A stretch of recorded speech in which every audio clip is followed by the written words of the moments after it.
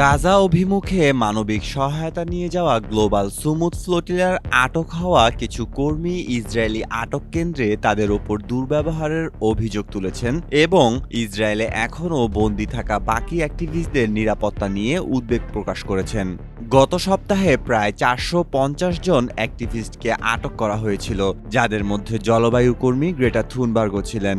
রবিবার 21 জন ডিপোর্ট হওয়া কর্মী মাদ্রিদ বিমানবন্দরে পৌঁছান এবং স্বজনদের সঙ্গে মিলিত হন। তাদের মধ্যে একজন জানান যে সেল থেকে মুক্তি পাওয়ার পর তাদের 7ই অক্টোবরের হামাস হামলার ছবি দেখতে বাধ্য করা হয়। অন্য একজন ডাচ কর্মী শ্বাসরোধ হওয়ার চেষ্টার অভিযোগ করেন এবং আরেকজন কর্মী তার হাতের হাত করার দাগ দেখিয়ে বলেন যে সেলে পুলিশ কর্মীকে ডাকলে সশস্ত্র পুলিশ ও কুকুর নিয়ে আক্রমণ করার হুমকি দেওয়া হতো।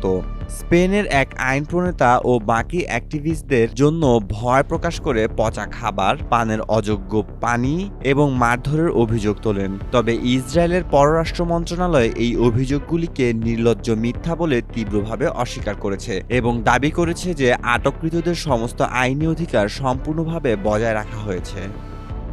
মেহেদী মাসুদ, জনকণ্ঠ।